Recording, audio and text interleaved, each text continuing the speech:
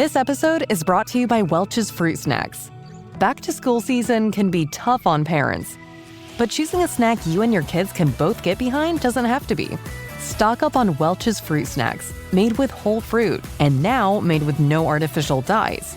It's a snack kids already love and one you can feel good about giving them. Go back to school with Welch's Fruit Snacks, now made with no artificial dyes. This episode is brought to you by Google Chrome. You think you know a browser, but Gemini and Chrome? That's new.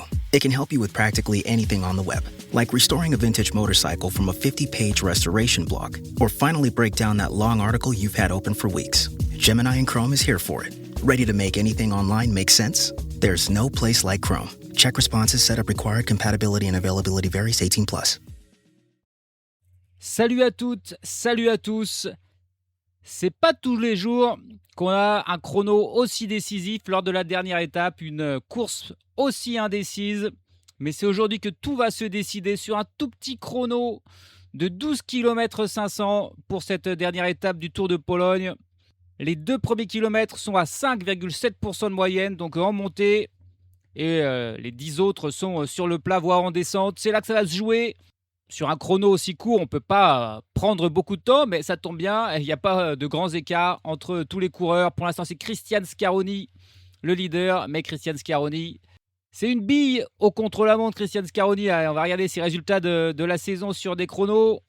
114e du chrono du Tour du Pays Basque, 97e du chrono du Giro. Voilà un petit peu le pédigré de Christian Scaroni sur les contre-la-montre. Louis Barret, c'est du même acabit, pas du tout un chronomane.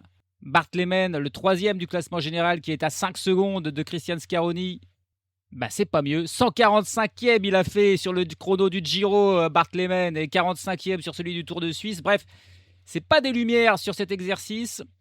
Alors pour qui la victoire finale? Est-ce que ces trois-là réussiront à faire un chrono incroyable ou est-ce que des coureurs un petit peu moins bien classés vont les doubler? Marco Brenner, 4e à 11 secondes. Est un petit peu meilleur. Il avait fait 27e du chrono sur le Tour du Pays Basque, par exemple. Jan Christen à 23 secondes. Lui aussi, c'est un exercice qu'il aime un peu mieux. Mais il est pointé à 23 secondes. Finn Fischer-Black, 6e à 28 secondes. Ça, c'est plutôt un bon chronomane. 28 secondes, il peut les reprendre. Ça sera intéressant. Matteo Sobrero, c'est un vrai spécialiste du chrono. Il est pointé à 32 secondes. Et il va forcément gagner des places aujourd'hui. Pareil pour Ivan Romeo, le 10e du classement général, à 33 secondes. Il a même été champion du monde junior du chrono, donc attention à lui quand même aujourd'hui. Alexander Vlasov, 12e, à 38 secondes. Dans le même temps que Wilco Kelderman, ça aussi c'est des coureurs qui devraient gagner des places. Et peut-être aller chercher la première place finale, même s'ils sont 12 et 13e. Et même Andreas Leknesund, 19e du classement général, à 58 secondes de Scaroni, il peut rattraper peut-être Scaroni et en rattraper pas mal, peut-être même jouer la gagne parce que c'est un bon chronomane. Il est double champion de Norvège du contre-la-montre. Il a été champion européen junior du contre-la-montre. Cette saison encore, il terminait 2e des contre-la-montre des championnats norvégiens. Sur le Giro, il avait pris la 19e place du chrono. Donc quel suspense!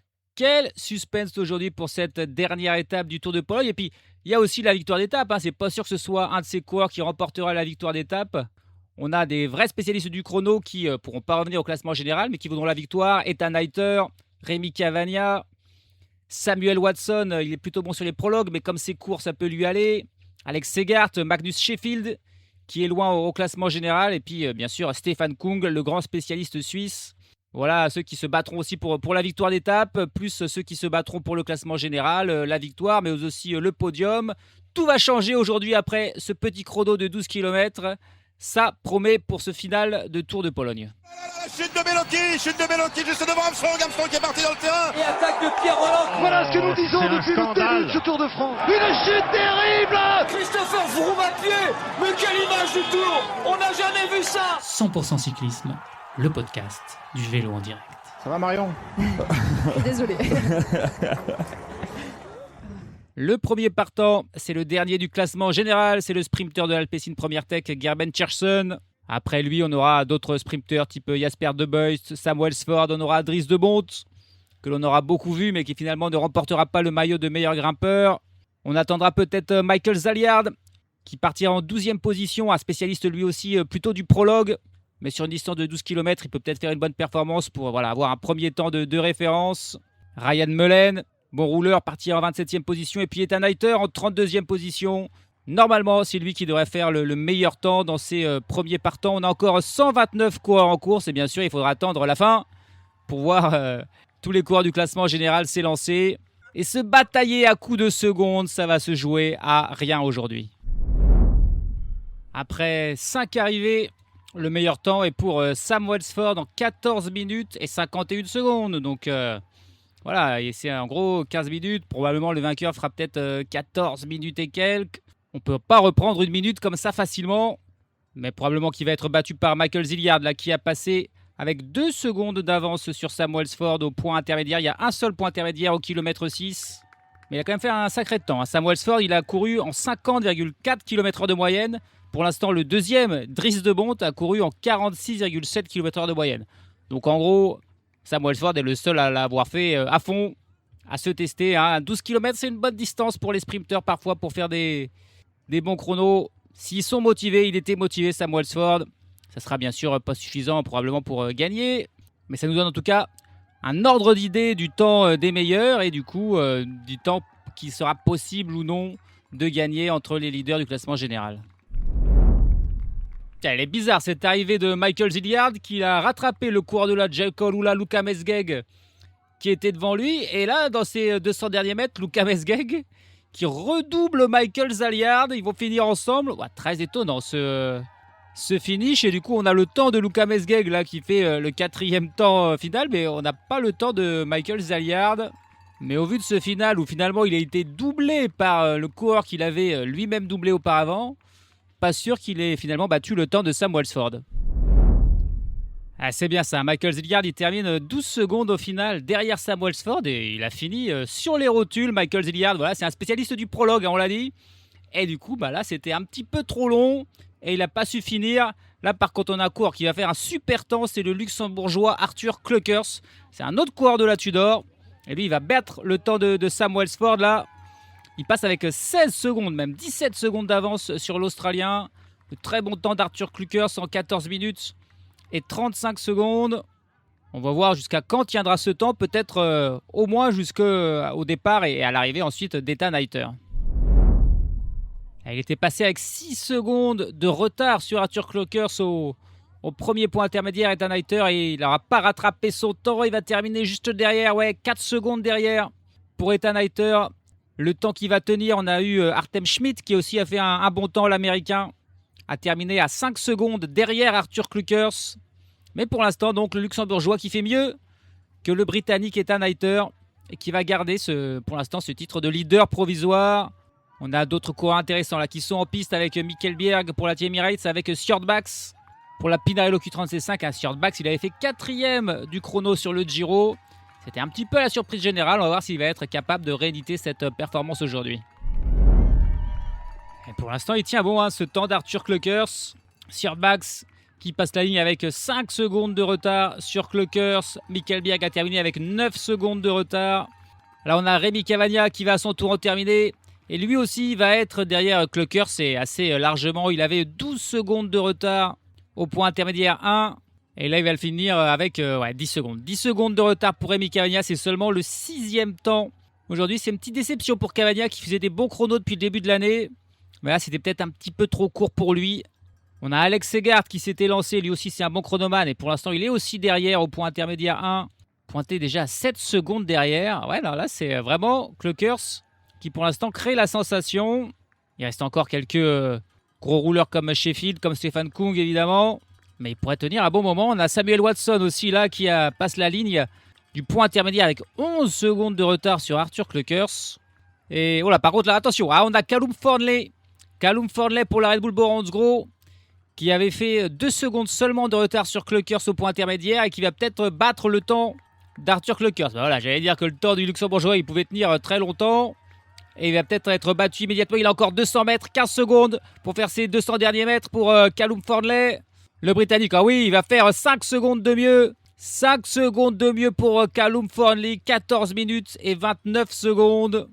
Encore une fois, comme Arthur Clocker, c'était pas forcément un coureur attendu, mais il a des bonnes jambes et voilà, le nouveau meilleur temps pour le coureur, le Britannique de la Red Bull Boransro, Callum Thornley. À l'arrivée là de Magnus Sheffield, il a 20 secondes pour en terminer, pour faire les 300 derniers mètres. Ça va se jouer à rien. Ça va se jouer à rien pour l'Américain là. Mais il devrait il va être derrière quand même, Callum Thornley. Mais quel temps il a fait Callum Thornley là? C'est assez improbable quand même. Très inattendu, mais ça sera... il sera derrière Magnus Sheffield. Il va prendre la deuxième place provisoire, mais il termine à 4 secondes derrière Callum Thornley. Ça tient toujours. Et désormais, c'est un nouvel adversaire là qui vient de s'élancer. C'est Stefan Kung. Est-ce qu'il sera de retour à son meilleur niveau depuis qu'il a rejoint son équipe nationale de la Tudor? Il faudra qu'il fasse une super performance là, pour faire le meilleur temps que ce surprenant Britannique. Parce que là, l'an passé, c'était exactement le même parcours, ce chrono. Il était identique. Et bien là, Callum Thornley, il a déjà fait 2 secondes de mieux que le temps de Brandon McNulty qui avait remporté l'étape ici même l'an passé. Donc voilà, là on a une belle référence avec le chrono de l'an passé qui était exactement le même. Et Callum Thornley, il a fait mieux que McNulty. Autrement dit, ça pourrait être le vainqueur du jour tout simplement. Est-ce que ça va être la renaissance pour Stefan Kung? Il était passé en tout cas au point intermédiaire avec une belle avance, 7 secondes de mieux que Callum Thornley. Mais Thornley, il avait fini très fort, il a repris du temps à tous ses adversaires. Oh, ça va se jouer encore une fois. Après Sturia, il a encore 20 secondes pour finir, mais il y a ce dernier virage, il a 150 mètres encore. Les 10 dernières secondes pour les 100 derniers mètres. Il faut qu'il aille à plus de 60 km/h de moyenne pour finir, il est au sprint. Ça va être bon pour Stefan Kung, qui fait 4 secondes de mieux que Callum Thornley et roule à 52 km/h de moyenne sur ces 12 km. Callum Thornley qui fait un petit coucou à la caméra. Et il doit être un peu déçu quand même parce que là il est beau joueur, mais je pense qu'il y a cru à la victoire d'étape aujourd'hui pour Callum Thornley. Mais là Stefan Kung, enfin de retour, qui a fait parler sa puissance. Et là, qui va pouvoir aller chercher le temps de Stefan Kung? Bah probablement personne, même s'il reste des bons rouleurs qui vont se battre pour le classement général. Donc forcément tous les coureurs là, ils vont se donner à 100%. Est-ce qu'un Ivan Romeo, un Matteo Sobrero vont pouvoir aller chercher le temps du Suisse? On va bientôt le savoir parce que là ça y est, on est dans les derniers. Andreas Leknessund est déjà parti. Ça va être bientôt au tour de Alexei Lutsenko, Maximilian Charman. Et puis ensuite tous les membres du top 10. La conclusion de ce Tour de Pologne arrive enfin. C'est pas un très bon temps là pour Andreas Leknessund qui termine avec 32 secondes de retard sur Stefan Kung. Donc il va pas gagner beaucoup de place. Mark Donovan qui arrive à son tour à 29 secondes de Stefan Kung. Et pour l'instant, personne qui n'a battu le temps du Suisse non plus au point intermédiaire. On a Vlasov qui vient de passer 8 secondes derrière. Alberto Bettiol 10 secondes derrière. Alexei Lutsenko 11 secondes derrière. Désormais, ça va être au tour de Finn Fischer-Black de s'élancer, le 6e du classement général. Suivront ensuite Jan Christen, Marco Brenner, Bart Lehmann, Louis Barré et Christian Scaroni. Là, par contre, on a Ivan Romeo qui passe au point intermédiaire et qui va faire mieux. Ah oui, 2 secondes de mieux. 2 secondes de mieux que Stefan Kung au point intermédiaire pour Ivan Romeo. Attention, attention à lui. Il est 10e du classement général à 33 secondes de Christian Scaroni. Il va gagner des places aujourd'hui, c'est sûr. Mais jusqu'où il va monter? Peut-être le podium, peut-être même la première place. Ça dépendra des performances des autres. This episode is brought to you by Welch's Fruit Snacks. Back to school season can be tough on parents, but choosing a snack you and your kids can both get behind doesn't have to be. Stock up on Welch's Fruit Snacks, made with whole fruit and now made with no artificial dyes. It's a snack kids already love and one you can feel good about giving them. Go back to school with Welch's Fruit Snacks, now made with no artificial dyes. This episode is brought to you by Google Chrome. You think you know a browser, but Gemini and Chrome? That's new. It can help you with practically anything on the web, like restoring a vintage motorcycle from a 50-page restoration blog, or finally break down that long article you've had open for weeks. Gemini and Chrome is here for it. Ready to make anything online make sense? There's no place like Chrome. Check responses, setup required, compatibility and availability varies, 18+. Allez, Romeo qui arrive et il battra pas le temps de Stefan Kung. Mais en vue du classement général, il fait quand même abondant. Il termine 5 secondes derrière Stefan Kung. Est-ce que ça sera suffisant? Ça va être compliqué quand même de reprendre 20 secondes là à Bart Lehmann, 10 secondes à Jan Christen peut-être. Ça va être très serré, C'est tellement dur de savoir qui va gagner. On a eu les arrivées de Vlasov qui a terminé à 17 secondes, Bettiol à 18 secondes de Stefan Kung, Lutsenko à 25 secondes. Tout le monde est un petit peu dans les mêmes temps, donc pour l'instant il n'y a pas trop de différence de fait. Il n'y a que Ivan Romeo qui fait quand même une meilleure performance et qui va gagner des places. On a Wilco Kelderman qui lui s'est bien raté. Il termine à 50 secondes de Stefan Kung et on disait que peut-être qu'il pouvait gagner des places. Ça ne sera pas du tout le cas. Bart Lehman vient de s'élancer, ça sera au tour de Louis Barré, de Christian Scaroni et puis tout le monde sera sur la piste. Et là on a, oh attention, Finn Fisher Black, et Stefan Kung il va serrer les fesses jusqu'au bout, parce que Finn Fisher Black là, il fait le meilleur temps au point intermédiaire, 3 secondes de mieux qu'Ivan Romeo, donc 5 secondes de mieux que Stefan Kung. Attention Finn Fisher Black, ça pourrait lui, le vainqueur final de ce Tour de Pologne, il avait 28 secondes de retard sur Christian Scaroni. Pour l'instant, il fait mieux qu'Ivan Romeo, on va voir s'il va pouvoir tenir jusqu'au bout à ce rythme.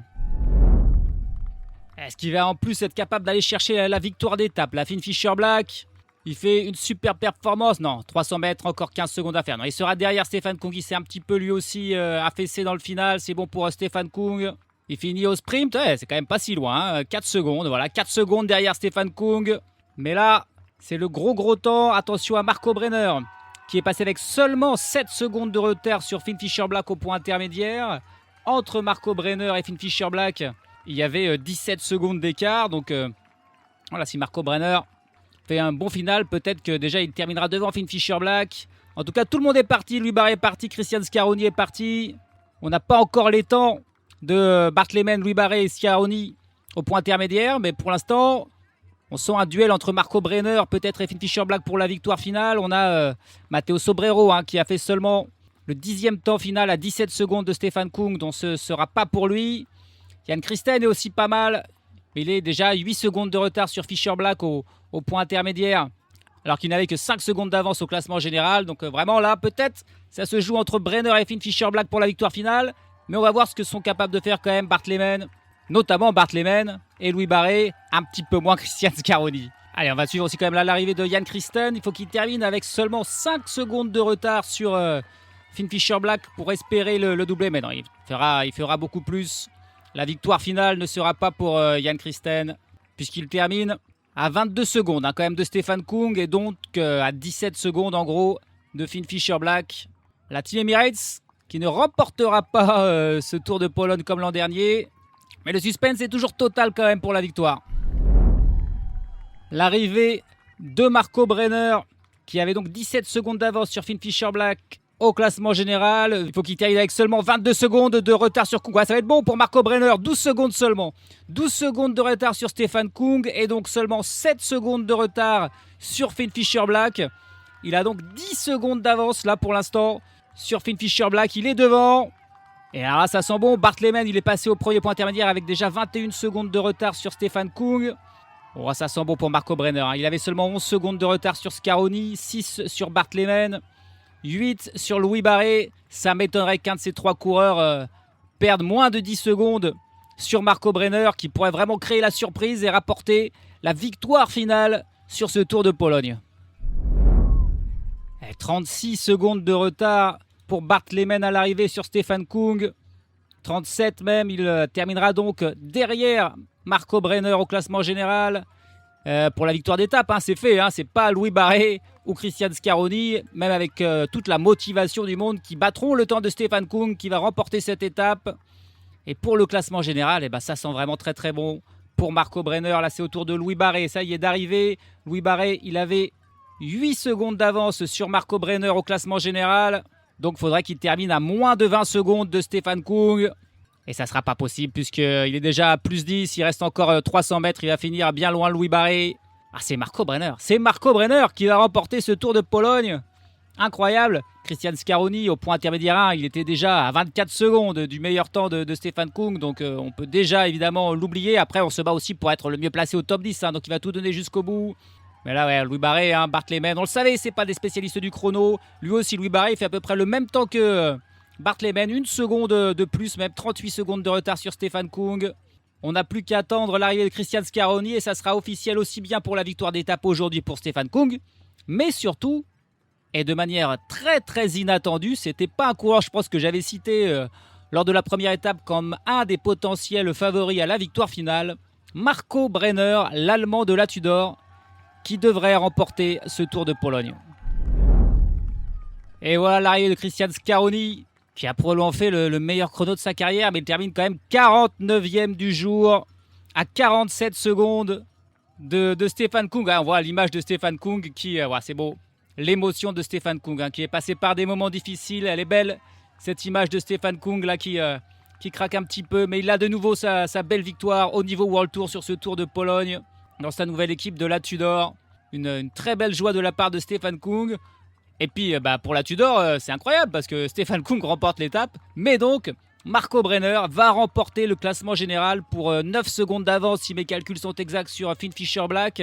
Grâce à son très bon chrono, Ivan Romeo va monter de la 10e à la 3e place de ce classement général. Et tous ceux qui étaient sur le podium, on le sentait, Scaroni, Barret et Bartlemen vont en être expulsés.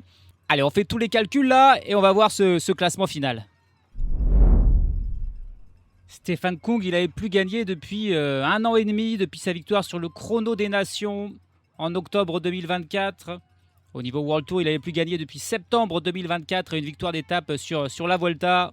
Le voilà donc de retour avec une victoire au niveau World Tour sur ce Tour de Pologne.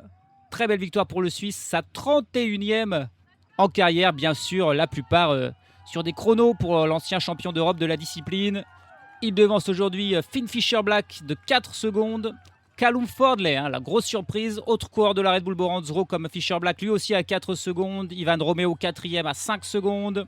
Magnus Sheffield 5e du jour à 9 secondes. Arthur Klukers pour la Tudor qui aura crevé l'écran aujourd'hui. La Tudor 6e à 10 secondes. Marco Brenner 7e à 11 secondes qui va donc remporter le classement général. Le reste du top 10 avec Ethan Hayter, Artem Schmitz pour la Net Compagnie Neo, c'est Sjordbacks qui complète le top 10. Pour ceux qui se battaient pour le podium, Sobrero termine 11e, Vlasov 12e, Bettiol 13e, Jan Christen 16e, Leknesund seulement 27e, Lapera 29e, Bartlemen 32e, Louis Barret 34e et donc Cristian Scaroni seulement 49e. Le dernier du jour, c'est Norbert Banachek pour évidemment l'équipe nationale polonaise qui termine à 2 minutes 34. Et puis on a quand même 2 coureurs qui n'ont pas pris le départ de ce chrono. Patrick Gamper pour la Jayco Alula et Marceli Bokuszlowski pour l'équipe nationale polonaise. C'est dommage d'abandonner la veille d'un chrono. Il y avait juste à le faire tranquille pour terminer la course. Ce ne sera pas le cas. Au classement général donc, Marco Brenner remporte ce Tour de Pologne. Ce n'est que la 3e victoire de sa carrière. Auparavant, il avait remporté une étape de la semaine internationale Écopier-Bartali. Et il avait été champion d'Allemagne de la course en ligne. Tout ça, c'était en 2024. Tout ça, c'était d'un prestige bien inférieur au classement général d'une course par étape World Tour. Marco Brenner, il aurait été, c'est vrai, très régulier lors des étapes de montagne de ce Tour de Pologne. 4e, 2e et 3e lors de chaque étape de montagne. En plus donc d'une 7e place aujourd'hui. Il va même, ça c'est le petit bonus, doubler Jonathan Milan au classement du maillot par points. Alors ça, Milan, avec ses 3 victoires au sprint, on le pensait assuré de ce maillot. Et ben non, Marco Brenner, il va en plus lui prendre ça. Très très bien joué de la part de l'Allemand, qui termine au final avec 10 secondes d'avance sur Finn Fisher Black et 16 sur Ivan Romeo. Voilà les 3 gagnants du jour. Louis Barret termine finalement au pied du podium, 4e à 19 secondes. Bartlemen 5e à 20 secondes. Jan Christen 6e à 22 secondes. Cristian Scaroni chute à la 7e place à 25 secondes devant Matteo Sobrero, Alberto Bettiol et Alexander Vlasov qui complètent le top 10 final. Quel Tour de Pologne, vraiment indécis jusqu'au bout. Le dernier, c'est évidemment Gerben Tjersen, celui qui est parti en premier aujourd'hui, dernier du classement général à 1h10 minutes et 35 secondes. Marco Brenner remporte donc également le classement par points avec 8 points d'avance sur Jonathan Milan et 9 sur Finn Fisher Black qui est 3e de ce classement. Au classement de la montagne, Walter Calzoni a fait les efforts hier pour le remporter. Il devance Driss de Bonté, Louis Barret. Il n'y avait pas de classement de meilleurs jeunes, il y avait un classement des sprints intermédiaires remporté par le Polonais Radoslav Fracak qui avait pris les échappées en début de tour. En tout cas, c'était vraiment une belle compétition indécise, alors totale jusqu'au bout.